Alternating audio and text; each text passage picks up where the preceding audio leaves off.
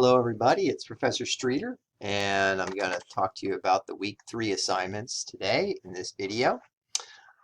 We're going to be shifting gears and focusing on the meaning of life. We've talked a lot about happiness and well-being, but what about meaning? You can maybe imagine a happy life that lacks meaning, or a meaningful life that lacks happiness. These two concepts can come apart. They can come together too. I mean, we often think of them together, that part of what makes a person's life happier is that it's more meaningful, or part of what makes a person's life more meaningful is that it's happier. But they are distinct concepts. And the goal this week is to focus on the concept of meaning, in particular what Woolf has to say about it. And the larger context here is the debate between subjectivists and objectivists. Last week we looked at hedonism. Hedonism is a view about welfare or well-being. It's a view that leads to the conclusion that pleasure or happiness is the only intrinsic good, right? The only thing that objectively makes your life better, all by itself.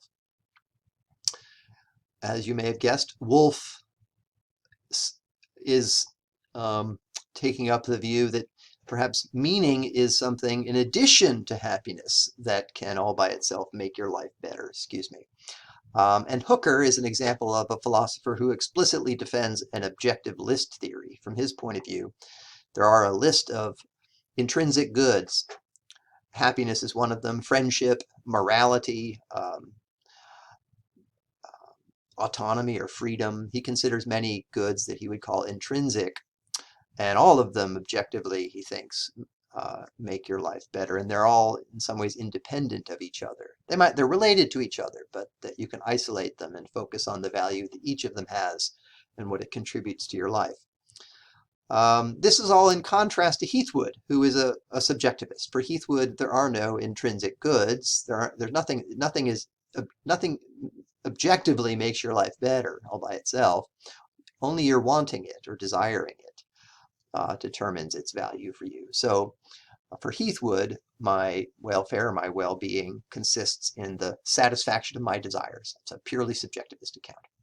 So we're entering that debate again this week. Okay, that's just a thematic. Let me, setting up the themes for the week. Let me now focus on the website.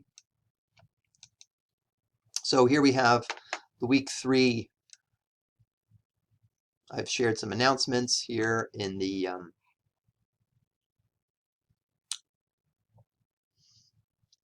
on the first essay assignment. So the big goal for this week is to begin putting together your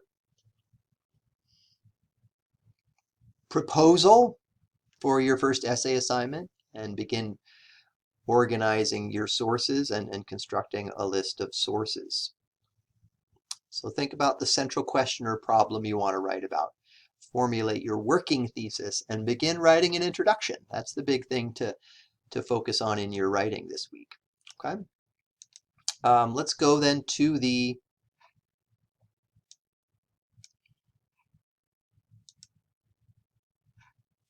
week 3 module. And there's a picture of Susan Wolf at a conference she gave on meaning. If you scroll down here, we're going to continue thinking about how to build arguments. In addition to Woolf, there's also a short piece, and Hooker, there's also a short piece by Appia, which will really help us focus on the ultimate goal this semester for you is to write an essay about an ethical dilemma or an ethical issue that really matters to you. That's your second essay in the second half of the semester. So this piece by Appia might help get you started on what topic you want to write about for your second essay this semester. Okay, there's Appia playing chess. The reading, chapters 3 and 4 in Schaefer-Landau's The Fundamentals of Ethics. And that's where he examines more objectivist accounts of welfare. He considers objections to subjectivism. And so in that context, as I said, we'll be reading the Hooker and the Wolf piece, and they take a more objective approach to well-being. I've shared a bunch of videos for you to watch, and there is a weekly discussion to post this week, a quiz this week, and as I said, the essay topic is due by Sunday. All right, let's scroll down here. Here's the look of some of the videos. I got a slideshow on week 3, the week 3 slides about the good life, and there's 3 parts to that slideshow, and it talks about Wolf as well. I've also begun to share some crash course videos with you and Wi-Fi videos on the good life, right? We've been raising this big question. I'm asking you to write about it for your first essay. So I don't know if you enjoy watching short videos. This series done by PBS, I think, is sort of engaging and high energy. So see what you think. And here's a couple of videos on the good life from the point of view of Plato, the ancient Greek philosopher, Aristotle, an ancient Greek philosopher, Kant, a German Enlightenment philosopher that we'll read this semester, and Nietzsche, a later German philosopher who criticized the whole project of morality from a modern perspective, and kind of goes back in some ways to the Greeks for inspiration about thinking about the good that we're seeking in life. So these are 4 short videos by different philosophers. They're not as high energy, but they have interesting visuals, and they might help you think about the nature of the good life from 4 different philosophical perspectives. Okay, here's the essay 1 prompt, which I talked about in the virtual class last week. We will be meeting again this week on Wednesday at 12:30, and so we can talk about this more. But again, your goal this semester is to choose one of these 3 prompts and begin writing your introduction. Ultimately, the goal is to write a 5 or 6 page paper, and that's due in October. The first rough draft is due in October, and then the revision is due toward the end of October. It's an argument. Make sure you're using citations. So with the introduction, I've asked you to submit a list of citations.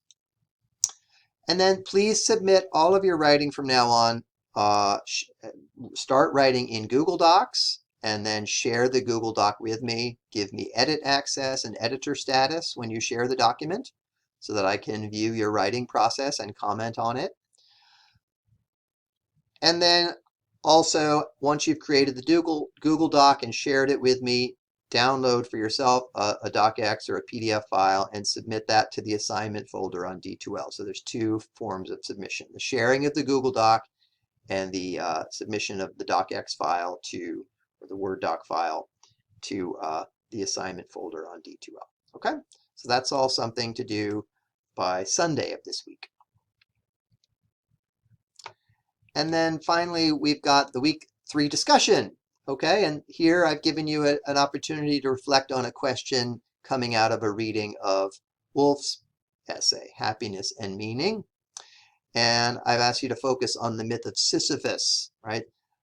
There's a picture of Sisyphus in this week's slideshow and video. I discuss it. We can talk about it on Wednesday in our class a little bit. Sisyphus, he challenged the gods. He strived in his life to be more powerful than the gods. And anyway, he got punished and sent to the underworld, where his task is to roll a boulder up a hill. And then he watches it fall back down every day. He repeats that every day, pushing a boulder up to the top and then watching it fall back down. So the question is, imagine that, right? This is your life, the life of Sisyphus, but imagine Sisyphus is happy. Suppose he comes to accept his fate. He's happy with it, his existence. Wolf thinks that even if Sisyphus is happy, still his life is lacking meaning. All right, so do you agree with her about that? Why or why not? And what does your response show about what makes a life meaningful and how that relates to the good life? Right? So even if Sisyphus is happy, she would argue his life is not as good as it can be because it lacks meaning. Okay, so that's I've asked you to reflect on that for this week. Okay, and then finally we have a quiz on the Heathwood. There's 10 well, most of it's on Heathwood. There's a couple questions on Mill's hedonism and Nozick's experience machine. So going all the way back to those two readings. 10 questions total. 8 of them on Heathwood. You click here to start the quiz. You have 30 minutes to complete it, and then you get 2 chances. Okay? Again, if you want, you can also access the quizzes up here. There are future quizzes that I haven't set up yet, but this is the one that's open. You can access the assignments up here. Okay, here's where you can submit your homework 1 analysis. If you haven't done that yet, I'm started to grade them, and I'll have those graded and assessed and commented on this week. But you can still submit that here. And here's where you submit the Essay 1 Introduction and Works Cited. Okay, you can download the assignment here. Okay, and then of course you can access the discussions from this page. Okay. Alrighty, so that's all for now. I hope this was useful, and I look forward to seeing many of you on Wednesday for our virtual class. If you have questions about the readings or the assignments for week 3, just reach out to me, send me an email. Now's a good time to set up an office hour if you want to chat about your essay or anything else. Okay, take care.